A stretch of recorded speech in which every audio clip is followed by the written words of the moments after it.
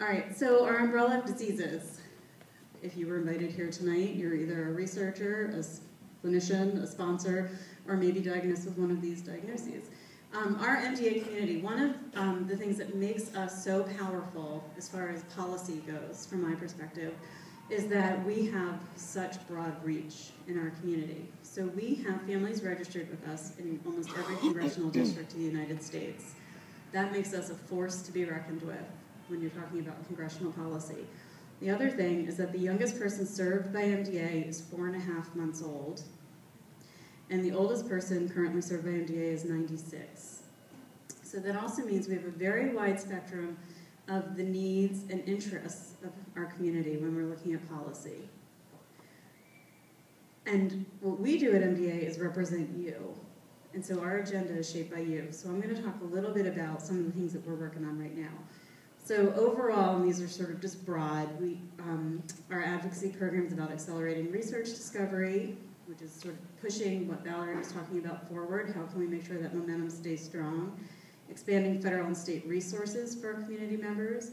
So keeping funding robust, making sure that there are resources for community members, protecting civil rights, and facilitating public-private partnerships. And so good examples of that, and we'll talk a little bit more about it, are relationships between the National Institutes of Health and clinicians and MDA, the CDC, et cetera.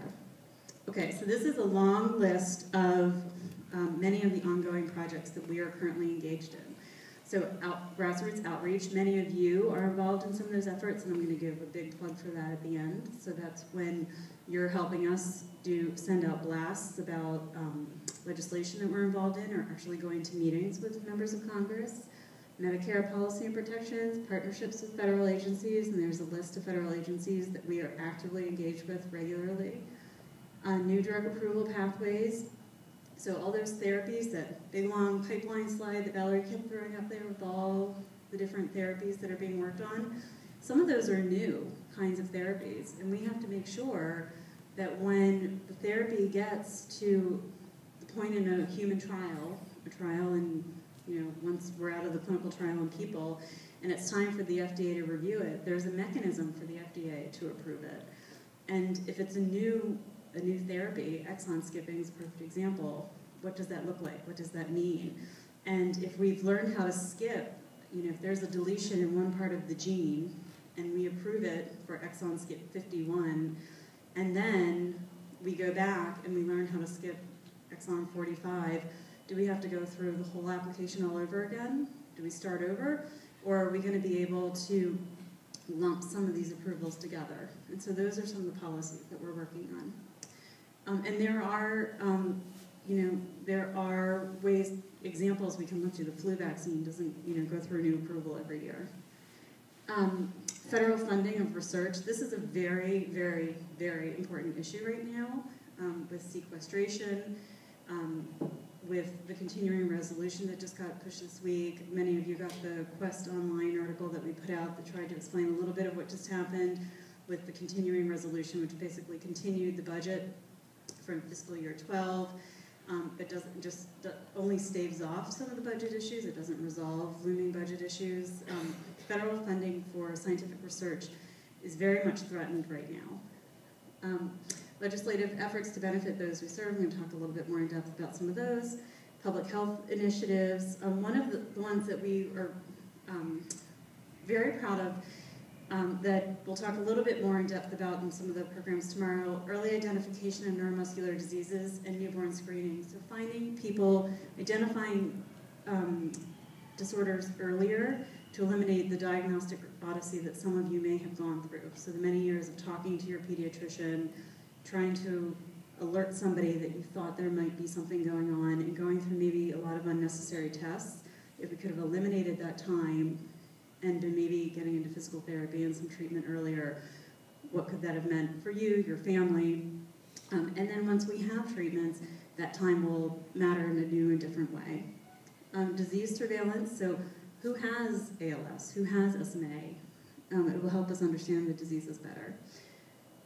Rights and responsibilities of people with disabilities, clinical trial infrastructure, Valerie talked about our clinical research networks. We have Duchenne, ALS, and now the Myotonic Network. This is all helping us ramp up and be ready for some of the large-scale clinical trials that are coming down the pike in some of these disorders and that have already occurred in others. Educational advocacy. Many of you have probably had members of the MDA team come to your schools and help you with this. And transitions policy. We'll talk about that. But all of this is shaped by the community. So there's nothing on this agenda that hasn't come from an inquiry or request from somebody in our community reaching out to us. And it's all based on what we hear from members of our community. We often have companies or DME providers maybe reach out to us and say, hey, you know, there's this effort underway. We're concerned about this legislative issue. And we will send out an alert to our community saying, is this legislative issue affecting you? It doesn't go on MDA's agenda unless we hear that it's affecting our community, our patient community. Okay, legislative and policy efforts that we are working on right now. MD CARE Act, the ABLE Act, I'm going to go into these in a little more detail. The FDA ALS hearing and application of comment, I'll talk about that a little bit more. National Transitions Policy, PDUFA, and FDASIA. So these were basically efforts to reauthorize the FDA to be able to move forward drug approval in rare disease. So as Valerie talked about, all of the diseases on the MDA umbrella are considered rare diseases. And we need to have ways to motivate pharmaceutical companies to want to come into our space, because you're not going to make as much money developing a drug for Duchenne muscular dystrophy or myotubular myopathy as you are for hair loss, because there isn't as big a market for it. And so there need to be ways to incentivize companies to come into this space, and there need to be ways for the FDA to be incentivized to work with our communities. And so that's what PDUFA and FDASIA were all about, okay? And so there was a lot of interaction, there were a lot of articles in Quest, we put out a lot about it to educate everybody so you knew what was going on, but essentially what happened, in short, is that we ensured that there were pathways for rare diseases for our community, for drugs that were being developed. We ensured that there would be expert reviewers reviewing the drugs when drugs got to the final stages of the review process who knew about the diseases. So that somebody who knew about myotubular myopathy would be sitting on that review panel when a clinical trial was being determined whether it was robust enough to say that that drug had worked. And that the incentives would be strong enough for companies to want to come into the space and have exclusivity long enough to be working with us. Now it's interesting because now there's some talk about lots of companies coming into the rare disease space because eventually all diseases will be considered rare diseases, and is the pendulum swinging too far? And we don't think it is. We want more people in the rare disease space. Increasing NIH funding level, we've already talked about. Transitional health and resources, I'll talk a little bit about in a second. Therapeutic development and drug approval pathways for a disease, and then newborn screening. Okay, so MD CARE Act. All right, MD CARE Act. This is the land of the MD CARE Act here in Minnesota. So the MD CARE Act was first authored by Senator Wellstone.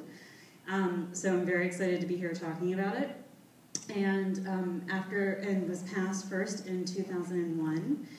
And after Senator Wellstone passed away, Senator Klobuchar picked up the torch for Senator Wellstone and has been the lead sponsor of this bill. And we're very grateful to her. So Minnesota really helps lead the charge on the MD CARE Act. The MD CARE Act has since been reauthorized once. So the bill has expired once and been reauthorized once. And now will expire in October. So we are now pushing for it to be reauthorized again. So let me tell you a little bit about why it's really important that we get it reauthorized again, because you're going to see a lot of alerts. You probably already, if you have a form of muscular dystrophy, you're already being inundated with alerts and helping us get this reauthorized. Let me tell you why. I'm going to do it really quick. Coming out of the MD CARE Act, I'm just going to highlight a couple things, and then tomorrow we'll talk more in depth about it. We now have standards of care in all of the muscular dystrophies being developed. So some are already out and some are in development. So if you have one of the 9 forms of muscular dystrophy, there either is now or will soon within months be a document that you can point to help guide you and your clinicians in your primary care settings. If you go to a major medical center here, your clinicians, I'm sure, are already doing a terrific job. But you can take it to your primary care clinicians too and say, these are care standards for my disorder. And those are even more important for people who live in rural areas. There's a coordinating committee of federal agencies and nonprofit groups like MDA that sit together and coordinate and collaborate together to make sure that we're moving muscular dystrophy care forward. There's a surveillance project for muscular dystrophy nationwide. Since the MD-CARE Act was passed in 2001, the MD-CARE Act has leveraged 67 clinical trials of drugs or therapies for muscular dystrophy. 9 new drugs in clinical testing for Duchenne, and that's the list of them. 8 existing drugs in clinical testing for Duchenne-Becker, and there's the list. So those are existing drugs that are being looked at to see whether they'll work in Duchenne and Becker. And an extensive preclinical pipeline of therapies. And going back to the existing drugs in clinical testing, that second to last bullet, one of the things that was achieved in PDUFA, which was that FDA regulation I was just talking about that we helped push for, is that there was work done through PDUFA that would help to accelerate approvals. So if we found existing drugs that worked in one of our rare diseases, there were now mechanisms to have expedited approvals for those drugs. Okay, so 2013, what we've done now in the new bill, because it's not the same bill, we've now updated it. There's an increased emphasis on cardiac and pulmonary research, because now that's where we need this field to go. And we want to see more Wellstone centers looking at that. We want the coordinating committee to develop a plan for expedited approval of emerging therapies in personalized medicine. So again, following on this PDUFA theme.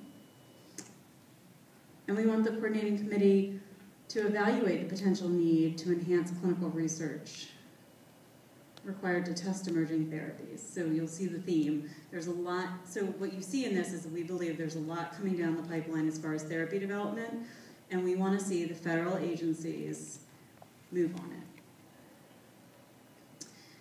And then it asked the CDC to update the existing Duchenne care considerations. So those were developed about a decade ago, and they are due for an update.